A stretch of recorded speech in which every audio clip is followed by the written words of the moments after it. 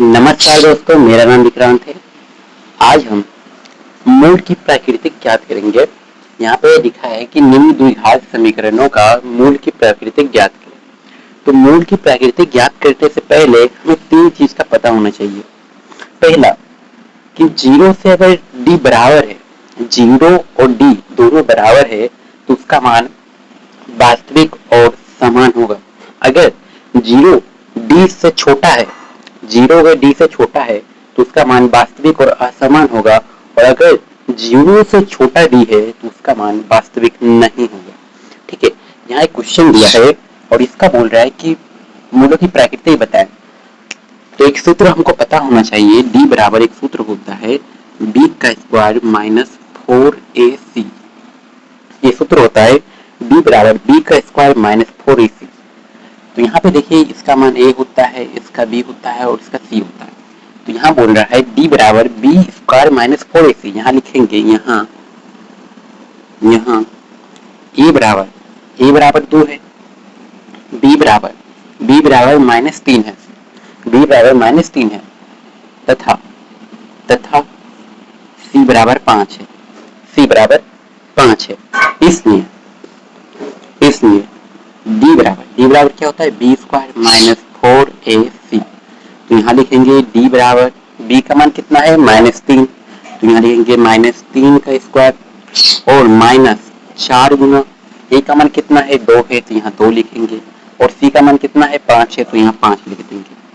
ठीक है, अब यहाँ पे देखिए 3 का स्क्वायर कितना होगा 9 होगा, और माइनस का स्क्वायर प्लस होता है, तो यहाँ सिर्फ 9 लिखेंगे और माइनस 4 गुना 8 और 8 पंचे 40, यहाँ पे 40 लिख देंगे। और डी बराबर कितना आया -31, डी बराबर -31 आया है।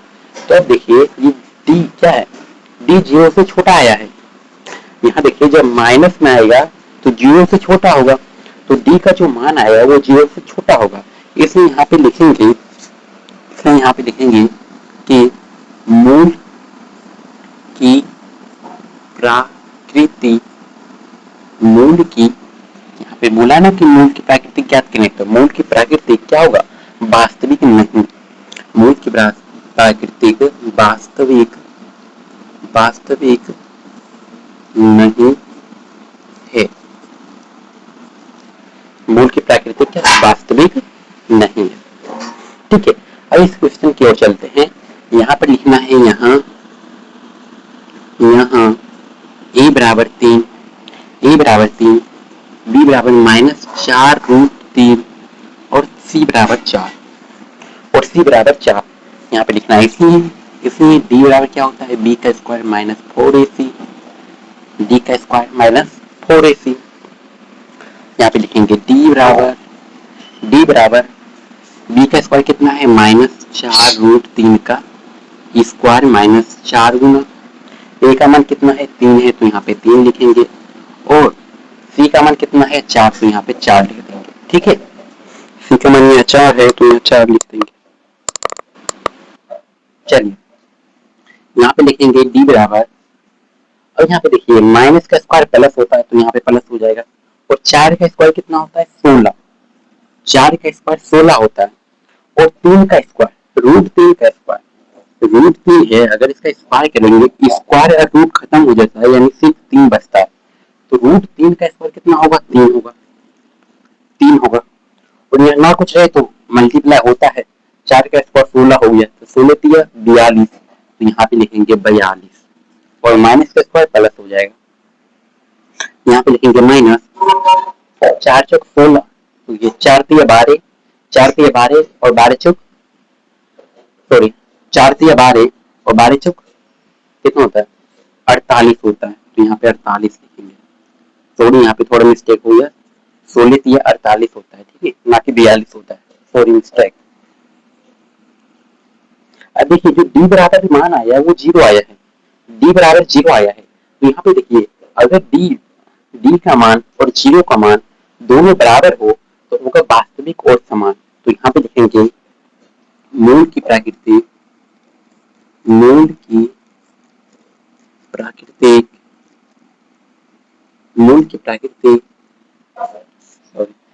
की प्रकृति क्या हो जाएगा, वास्तविक वास्तविक वास्तविक और समान होगा। मूल की प्रकृति क्या होगा, वास्तविक और समान होगा। क्यों, क्योंकि जीरो के बराबर है, जीरो इसका मान आएगा डी का मान, यानी यहाँ पे डी का मान जीरो रखेंगे तो दोनों बराबर हो जाएगा, इसलिए वास्तविक और समान हो जाएगा। ठीक है, चलते हैं अगले क्वेश्चन की ओर।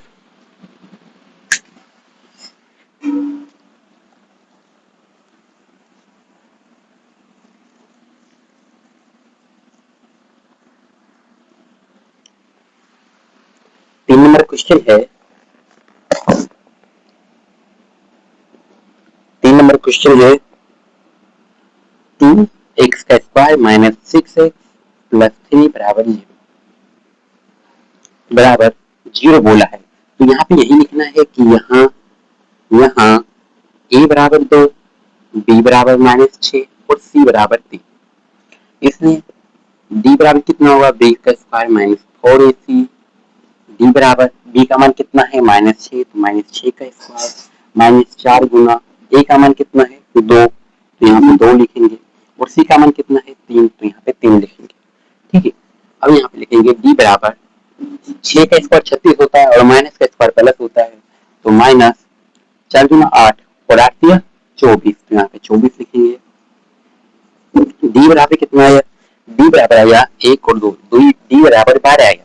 देखिए यहाँ पे 12 होगा तो 12 क्या जीरो से बड़ा है या छोटा है, 12 जीरो से बड़ा है, ये हो जाएगा, जीरो बड़ा है इसलिए यहाँ पे हो जाएगा, सॉरी 12 बड़ा है जीरो से, यहाँ हो जाएगा वास्तविक और असमान हो जाएगा।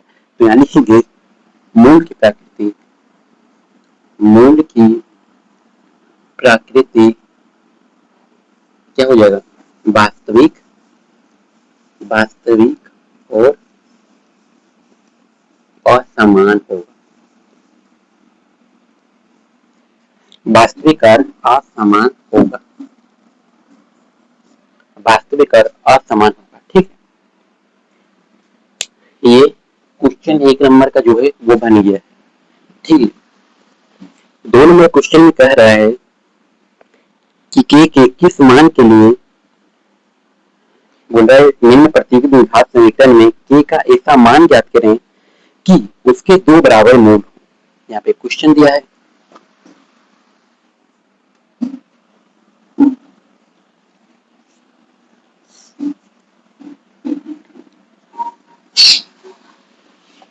यहाँ पे क्वेश्चन दिया है,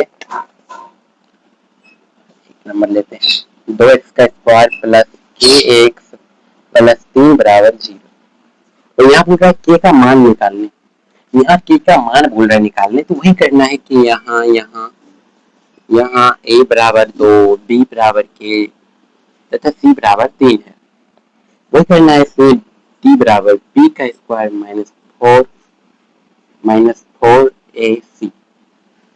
तो देखिए बराबर 0 है तो यहाँ पे लेंगे b का स्क्वायर -4ac बराबर 0 बराबर 0। ठीक है, b का मान कितना है k है, तो यहाँ पे लिखेंगे k का स्क्वायर -4, a का मान कितना है 2 है, यहाँ 2 लिखेंगे, c का मान कितना है 3 है, बराबर 3 लिखेंगे, सॉरी बराबर 0 लिखेंगे। ठीक है, k का यहाँ पे स्क्वायर हो जाएगा -4 गुना 8, 8 3 24, तो यहाँ पे 24 हो जाएगा बराबर 0।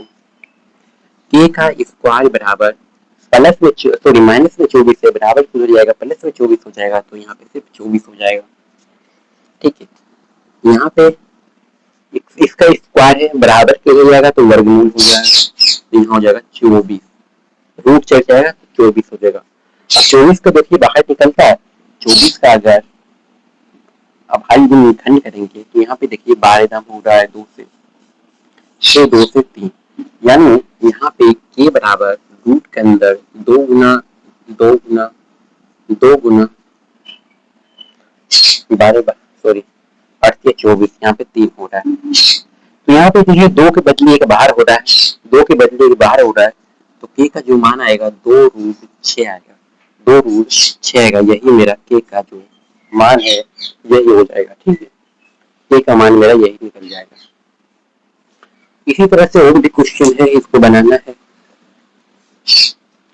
तरह से सारी क्वेश्चन बन जाएगा। हमें सिर्फ मेरी मूल जो बात थी वो था कि मूल की प्रकृति कैसे ज्ञात करेंगे, वो हमने सिखा दिया है। तो मेरा काम जो है यहीं तक खत्म होता है। मिलते हैं नेक्स्ट वीडियो में, तब तक के लिए बाय बाय।